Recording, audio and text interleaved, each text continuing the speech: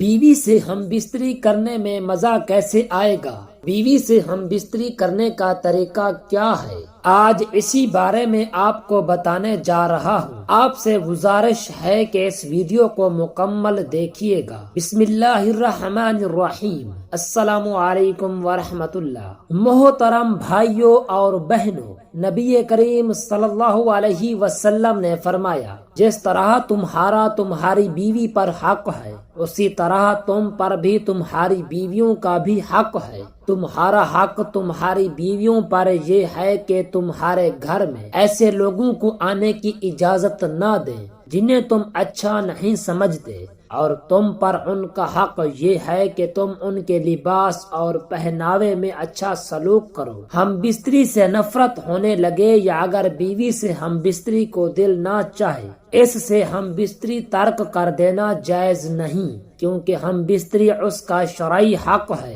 اور ترک ہم بستری اس لیے مضر ہے کیونکہ عورت کی شہوت مرد کی شہوت سے زیادہ ہوتی ہے۔ محترم ناظرین، نبی کریم صلی اللہ علیہ وآلہ وسلم نے فرمایا، جب کوئی شخص اپنی بیوی سے ایک دفعہ ہم بستری کرنے کے بعد دوبارہ ہم بستری کرنا چاہتا ہو تو اس کو وضو کر لینا چاہیے، کیونکہ وضو کرنے سے دوبارہ ہم بستری کرنے میں زیادہ لذت اور سرور حاصل ہوتا ہے۔ حضرت ابو ہریرہ رضی اللہ تعالی عنہ رسول اللہ صلی اللہ علیہ وسلم سے روایت کرتے ہیں کہ عورت کی شہوت مرد کی شہوت سے 99 درجے زیادہ ہوتی ہے، مگر اللہ تعالی نے اس پر شرم و حیا غالب فرما دی ہے۔ یہ تب ہی شرم و حیا عورت کا زیور ہے اور اس کی خلقت اور فطرت میں شامل ہے۔ اسی طبی حیا کی وجہ سے عورت آداب میں خوب گر ہوتی ہے۔ اس کے برعکس شوہر اگر اپنی بیوی کو شرعی افعال کی دعوت دے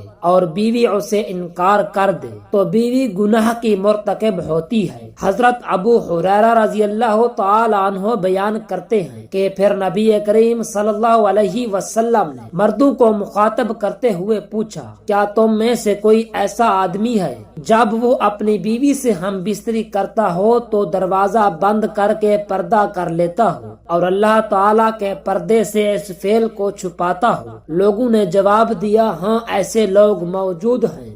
آپ صلی اللہ علیہ وسلم نے پھر یہ پوچھا، ایسا آدمی ہے جو اسے دوسروں کے پاس جا کر بیان کرتا ہو؟ یہ سن کر صحابہ کرام رضی اللہ تعالی عنہ خاموش ہو گئے۔ اس کے بعد آپ صلی اللہ علیہ وسلم عورتوں کی طرف مخاطب ہوئے اور ان سے پوچھا، کیا تم میں سے کوئی ایسی عورت ہے جو اپنے خاوند سے خلوت کی باتیں دوسری عورتوں کو بیان کرتی ہوں؟ عورتیں خاموش رہیں، لیکن ایک نوجوان عورت اپنے گھٹنے پر کھڑی ہو کر نبی کریم صلی اللہ علیہ وآلہ وسلم کی طرف جھانکتی ہے اور آپ صلی اللہ علیہ وسلم کی باتیں سن کر کہتی ہے، یا رسول اللہ صلی اللہ علیہ وآلہ وسلم، خلوت کا ذکر مرد بھی کرتے ہیں اور عورتیں بھی۔ تو آپ صلی اللہ علیہ وآلہ وسلم نے فرمایا، جانتے ہو اس کی مثال کیا ہے؟ آپ صلی اللہ علیہ وآلہ وسلم نے فرمایا، اس کی مثال ایسے ہے جیسے کوئی شیطان عورت کسی شیطان مرد کو سرے راہ مل گئی ہو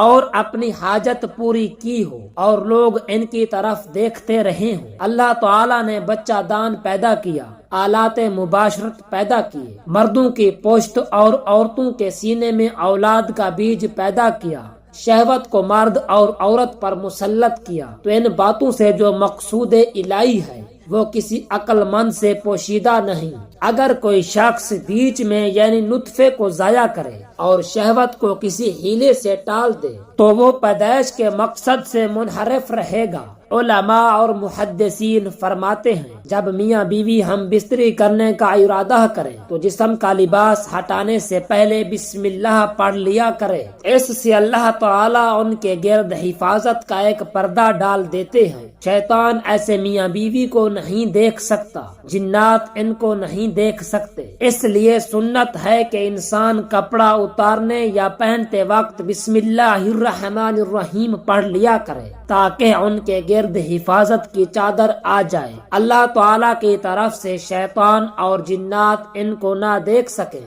لوگ سنت کا خیال نہیں رکھتے اور جسم سے لباس ہٹا دیتے ہیں۔ شیطان اور جنات ان کا جسم دیکھ لیتے ہیں، پھر کہتے ہیں کہ لڑکیوں کو جنات کا اثر ہو گیا، انسان پر جنات کا اثر آ گیا اور شیطانی اثرات ہو گئے۔ بحیثیت ایک انسان اور مسلمان ہم نبی کریم صلی اللہ علیہ وآلہ وسلم کی سنت کو چھوڑ کر خود اپنے لیے مصیبتیں خرید لیتے ہیں۔ اس لیے میاں بیوی کو چاہیے کہ جب اکٹھے ہونے کا ارادہ کریں تو اپنے جسم سے کپڑا علیحدہ کرنے سے پہلے بسم اللہ الرحمن الرحیم ضرور پڑھ لیں، تاکہ ان کو آپس میں لیٹے ہوئے کوئی شیطان یا کوئی جن نہ دیکھ سکے۔